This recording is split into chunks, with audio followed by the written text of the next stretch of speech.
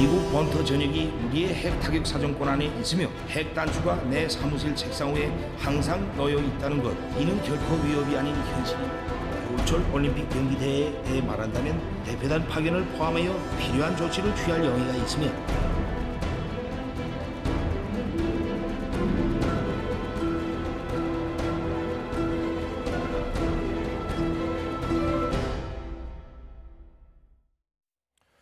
네, 두 분 전문가를 초대했습니다. 문성묵 한국국가전략연구원 통일전략센터장, 조한범 통일연구원 선임연구위원 두 분 어서 오십시오. 안녕하십니까? 네, 안녕하십니까? 새해 복 많이 받으시고 건강하십시오. 네, 감사합니다. 자, 어제 신년사 나왔고요. 오늘 조명균 통일부 장관의 긴급 기자회견 내용을 조금 전에 저희가 생방송으로 들려드렸습니다. 일주일 뒤에 판문점에서 고위급 회담을 하자라는 것입니다. 북한이 어떻게 반응할 것이라고 예상하십니까? 예, 제가 보기에는 긍정적으로 화답을 할 것 같습니다. 왜냐하면 이번 신년사의 특징이라고 그러면 물론 뭐 핵단추라든지 미 본토 전역의 사정권 이런 부분도 있지만 큰 틀에서 보면 도발적이지 않은 내용이 주를 담고 있고요. 그다음에 특히 전문가들도 당황할 정도로 사실 대남 제의가 파격적입니다. 제 기억으로 북한의 신년사에서 남한, 한국에 대해서 덕담을 한 경우는 거의 처음인 것 같습니다.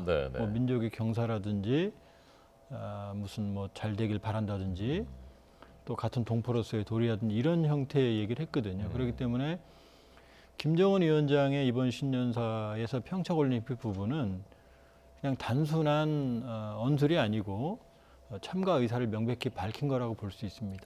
그렇기 때문에 정부가 이미 지난해 대통령 베를린 구상에 이어서 이 적시자회담하고 남북 군사회담에 대해서는 시기와 장소에 구애받지 않고 열어놓은 상태거든요. 열어놓은 상태고 크게 보면 문재인 대통령께서 평창올림픽을 계기로 북한의 요구가 아니라 평창올림픽을 위해서 군사훈련을 연기할 수도 있다라는 얘기를 해놨고 여기에 사실은 김정은 위원장이 정확하게 화답을 한 형식이거든요. 그렇기 때문에 남은 건 이제 실무적인 절차죠. 또 본인도 시급히 남북 당국이 만날 필요성을 언급을 했기 때문에 남은 건 뭐 실무적인 절차라고 보기 때문에 큰 이견 없이 적어도 첫 단추를 여는 회담은 무리 없이 열릴 것 같습니다. 네, 문 위원님 어떻게 보십니까? 예, 일단 김정은이 먼저 당국 간 대화 필요성에 대해서 언급을 했고 또 대표단 파견 용의가 있다라고 하는 언급을 했기 때문에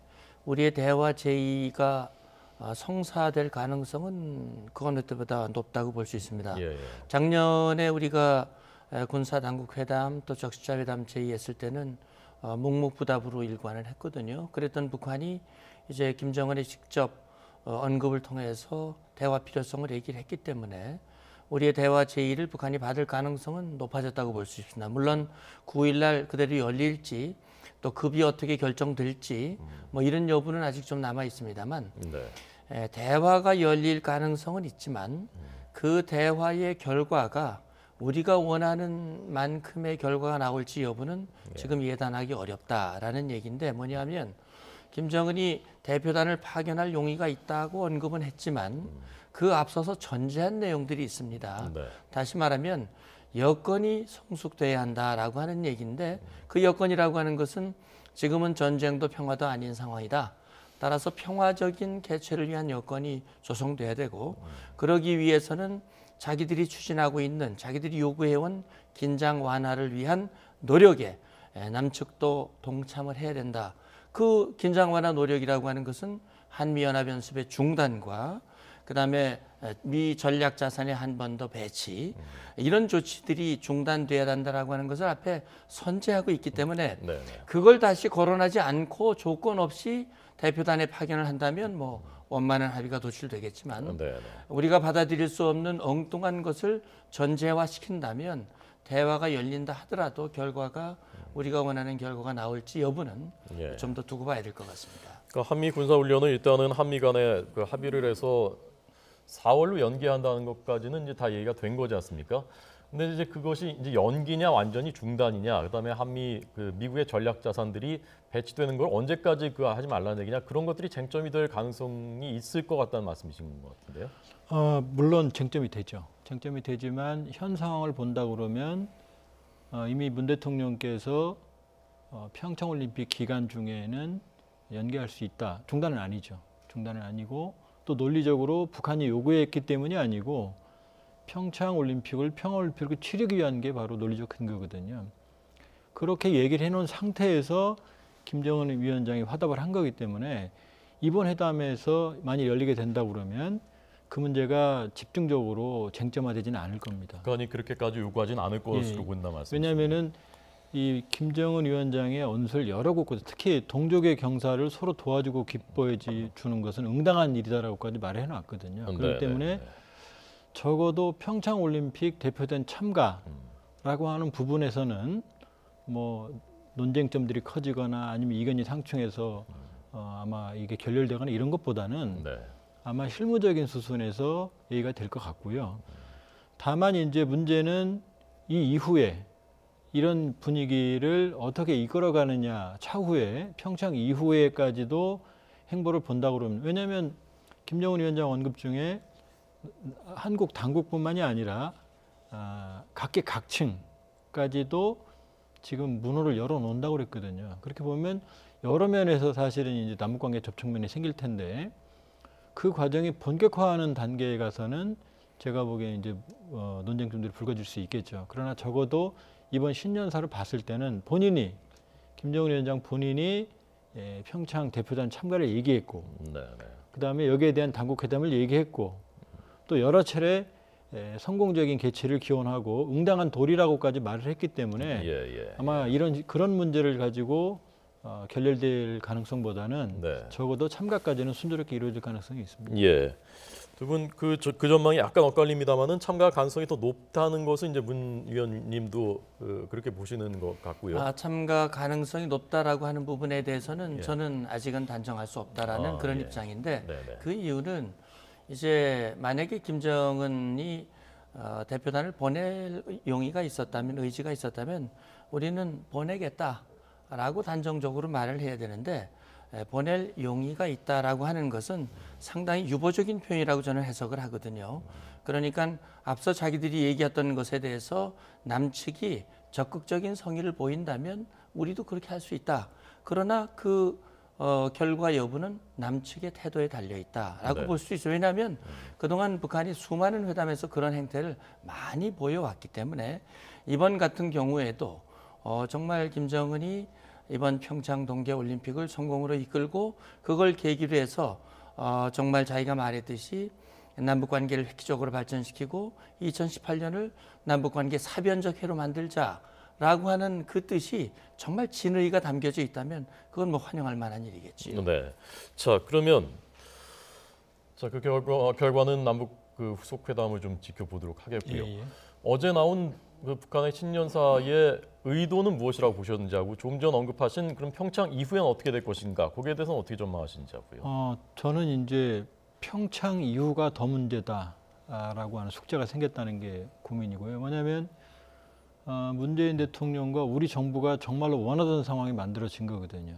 그건 뭐냐면 북한이 평창올림픽에 참가하고 도발하지 않고 그래서 한반도의 평화적인 분위기가 만들어지는 게 사실은 정부의 단기적인 목표였거든요. 그런데 어제 북한의 신년사를 보면 한반도 문제의 본질에 해당하는 비핵화 부분에 대해서는 그 어디에서도 단 한마디도 없어요. 오히려 핵무력 완성을 선언했고 그다음에 핵탄두와 핵무기를 대량 생산해서 실전 배치하겠다라는 대목이 있다는 거죠. 그러니까 핵 부분은 기정사실화하는 거죠. 그러니까 큰 틀에서 보면 비록 다행한 일이지만 결과적으로는, 그러나 북한의 의도를 본다 그러면 비핵화라고 하는 본질은 건드리지 않고 이 국제사회와 미국 또 한국이 주도하는 대북 제재와 압박 국면에서 어려움에 처하는 상황에서 남북관계라고는 우회로를 선택을 했다고 봐야 되거든요.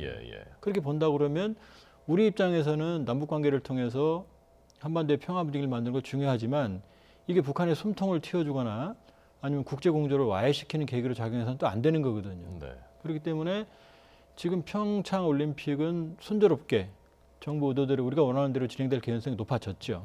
그러나 문제는 만일에 이 기간 중에 북한의 참가나 이런 남북관계나 남북대화나 이런 부분들이 비핵화로 연계되지 못한다고 그러면 그럼 평창올림픽이나 패럴림픽이 끝나는 3월 말이 되면 다시 군사훈련이 시작이 될 것이고 미국은 과광대 압박을 다시 시작을 할 겁니다. 그러면 북한은 ICBM과 핵실험으로 카드로 다시 맞설 거고 그러면 2017년보다 더 고강도의 군사적 긴장이 찾아오게 돼 있거든요. 그렇기 때문에 이것은 시작에 불과하다. 그러니까 이 모멘텀을, 이 계기를 어떻게 비핵화로 평화적인 북한 해법을 찾아가는 과정으로 연결시키느냐 하는 게 이제 정부의 숙제가 되겠죠. 네, 그 굉장히 어려운 건데요, 그 숙제가요. 아까 조명균 장관도 그래서 어쨌건 이번에는 올림픽 얘기를 주로 하겠지만 이걸 계기로 해서 다른 분야 확대되길 바란다, 기대한다라고 했는데 그것이 어떤 수순으로 어떤 그 방법으로 해서 가능할 수 있는 어떤 시나리오가 있을 수 있을지 전망하시는지. 일단 가장 중요한 것은 비핵화를 우회해서 남북 관계를 전면적으로 개선할 수 있는 방법은 없습니다. 근데 북한이 의도하는 것은 핵 부분은 그대로 남겨두고 분명히 신년사에서 그렇게 말했거든요. 우리 민족끼리의 문제는 우리 민족끼리 해결하자라고요. 그런데 북한은 북핵 문제는 우리 민족끼리 문제가 아니라고 그랬거든요. 심하게 말하면 뭐 남조선 당국에 낄 자리가 없다고까지 얘기를 했거든요. 그러면은 그 부분에 대해서는 여지를 주지 않는다는 이야기인데 비핵화를 우회해서 예를 들면 북한이 요구하는 뭐 지금 명시적으로 말은 안 했지만 뭐 속내는 확실하죠. 오해사도시 체제, 금강산 개성공단 사업의 재개거든요. 그다음에 그 이전에 노무현 정부 말기 수준의 남북관계 회복인데 그건 우리 정부 입장에서 받아들일 수가 없죠. 그러니까 그 점에서부터 이제 문제가 발생하기 시작을 하겠죠.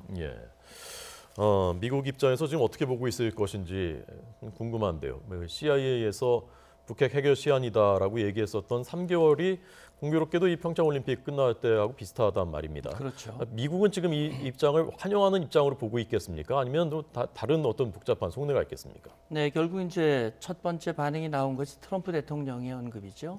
트럼프 대통령에게 김정은 신년사에 대한 의견을 물었을 때 두고 보자라는 그런 표현을 했거든요. 좀 보자 이거죠. 좀 보자는 거죠. 좀 보자는 얘기인데 이건 뭐냐면 일단 김정은이 신년사에서 입장을 밝혔지만 다시 말하면 평창올림픽 또 대남 평화 공세를 취했지만 또 미국을 향해서는 핵단추 언급하면서 비핵화를 위한 그 어떤 요구에도 응하지 않겠다. 미국이 군사적인 압박을 한다면 우리는 얼마든지 대응할 수 있는 역량을 구비했다라고 하는 입장을 밝혔기 때문에 미국으로서는 앞으로 진행되는 행동을 좀 보겠다는 얘기죠. 그래서 수위를 결정하겠다고 하는 것인데 조금 전에 미국 물론 뭐 전 유엔 대사입니다만 언급을 할 때 끝내 북한이 비핵화를 거부한다면 미국이 검토하고 있는 군사적인 옵션을 사용하지 않을 수 없다라고 얘기를 했거든요. 그건 뭐냐면 미국 대통령으로서도 미국 국민의 안전과 동맹국의 안전을 위해서 필요하다면 군사적인 옵션도 마다할 수 없다라고 하는 얘기인데 이런 겁니다.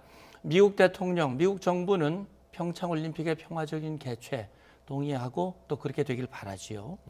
그리고 남북관계의 개선, 남북대화의 재개 이거 아마 반대하지 않을 겁니다. 다만 그것이 핵 문제 해결, 비핵화로 연결이 된다면 환영할 일이지만 그것이 한미동맹을 이간질하고 한미동맹을 깨고 결과적으로 국제사회의 공조를 이완시키고 북한의 핵 보유를 기정사실화하는 그런 결과로 이어지게 되는 것에 대해서는 대단히 우려하는 눈으로 볼 겁니다. 그런 차원에서 봤을 때 이번 당국간 회담이 만약에 열리고 그 자리에서 북한이 순순히 아무런 조건 없이 평창올림픽에 참가를 하고 그러나 만약에 평창올림픽 이후에 한미연합연습의 재개에 대해서 반대하고 그걸 만약에 할 경우에는 뭐 이런저런 다른 도발의 위협을 한다든지 이런 식으로 한다면 미국으로서는 압박의 강도를 높일 것이고 결과적으로 우리 정부도 사실은 남북 대화의 재개나 교류 협력의 확대, 남북 관계 발전 중요하지만 사실은 북핵 문제가 해결되지 않는 한 남북 관계 발전이라고 하는 것은 한계를 보일 수밖에 없는 것이거든요. 그런 차원에서 우리로서는 대한민국의 안전을 지키고 북한의 비핵화를 유도하기 위해서 가장 중요한 것은 역시 한미동맹과 한미연합 억제력이다라고 하는 점에서 우리 정부가 분명한 입장을 취하지 않는다면 남북관계도 개선이 안 되고 한미동맹도 신뢰를 잃는 두 가지를 다 잃는 결과가 될 수도 있다고 하는 점, 그 부분을 아마 상당히 이 관심을 가지고 대처를 해야 된다고 봅니다. 문재인 정부 입장에서는 물론 앞으로의 남아있는 과제도 굉장히 어렵습니다만 어쨌건 물꼬를 틔웠다라는 점에서 희망적인 전망을 하고 있는 것 같습니다. 평창에 만약에 오게 된다면 북한이 어느 정도의 규모, 예컨대 응원단도 보낼 것인지, 뭐 대표단은 누가 이끌 것인지, 이것은 어떻게 전망하십니까? 이번의 경우에는 물론 이제 어느 정도 예측은 했지만 긴급하게 결정되는 사안이고요. 사실 엄밀히 말하면 와일드 카드라고 하는 특별 편성 이외에는 북한이 참여할 수 있는 기회가 없거든요. 그렇기 때문에 대표단이 대규모로 꾸려질 수가 없죠. 꾸려질 수가 없고 또 일정상 봤을 때 대규모의 응원단이라든지 아니면 이건 좀 힘들 겁니다. 그러니까 참석한다고 그러면은 매우 상징적인 규모가 될 거고요.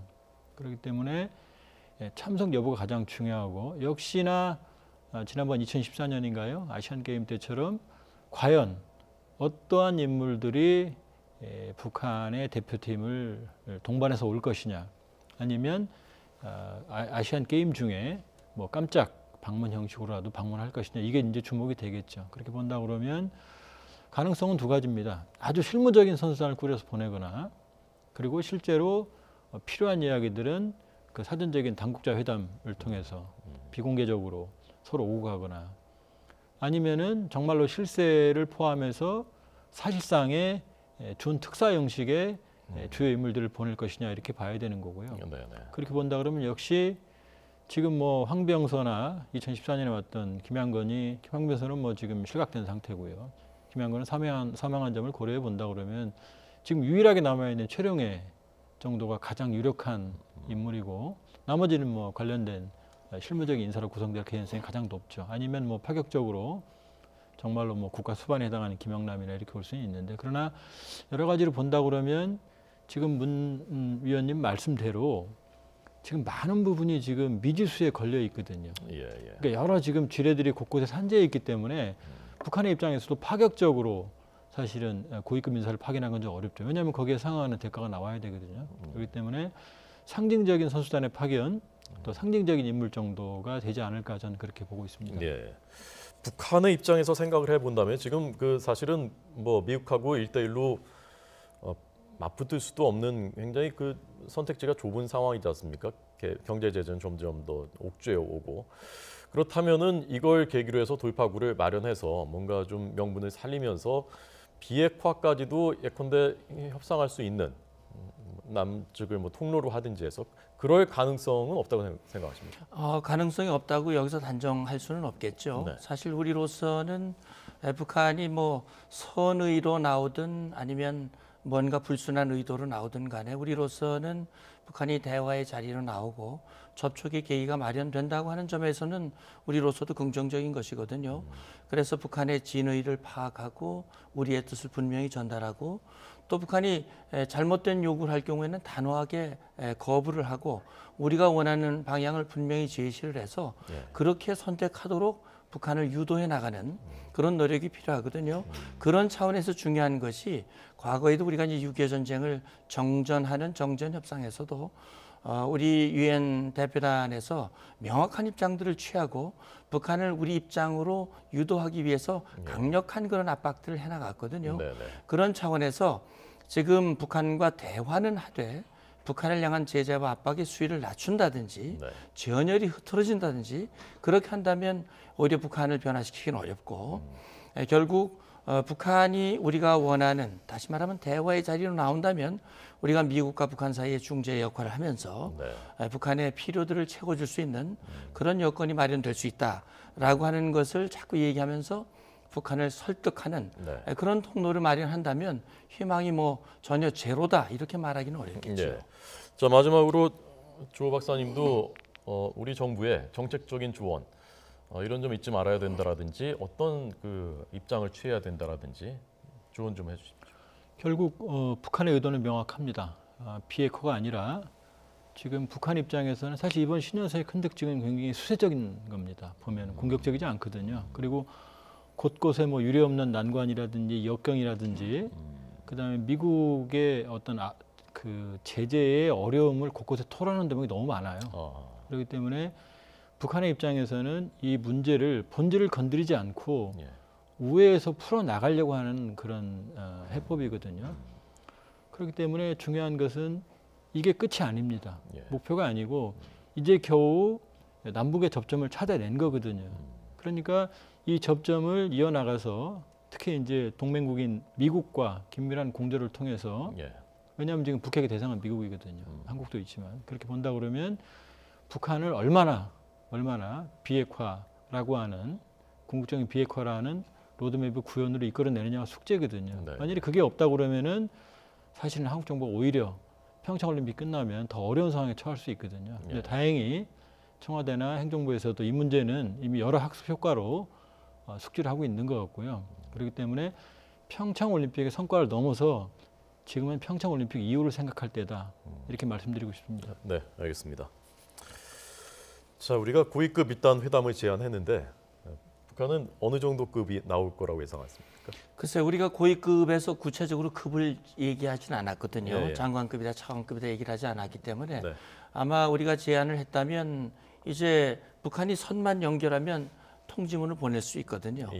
그렇기 때문에 아마 북한이 화답을 한다면 방송이나 이런 방법보다는 다른 방법으로 북한의 입장을 우리에게 날짜나 급이나 이런 것들을 얘기해 올 가능성이 열려 있다고 봅니다. 네, 그러니까 어느 급이 나올 것 같다. 그렇다면은 우리가 가장 최근에 만났던 것은 대략 한 차관급 정도 됐었거든요.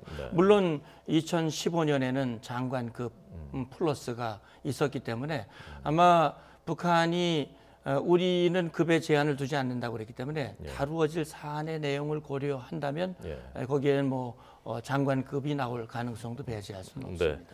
오전에 우리가 전화 걸었을 때는 응답이 없었고 안 받았고 이번에 이제 걸면 뭐 받으면 바로 되는 거죠. 그 전통문 그렇죠. 형태로. 그러면 북한이 코드를 빼놓은 거니까 끼면 연결이 되는 거예요. 네, 지켜보겠습니다. 문성묵 위원님, 조한범 박사님 두 분 잘 들었습니다. 고맙습니다. 감사합니다.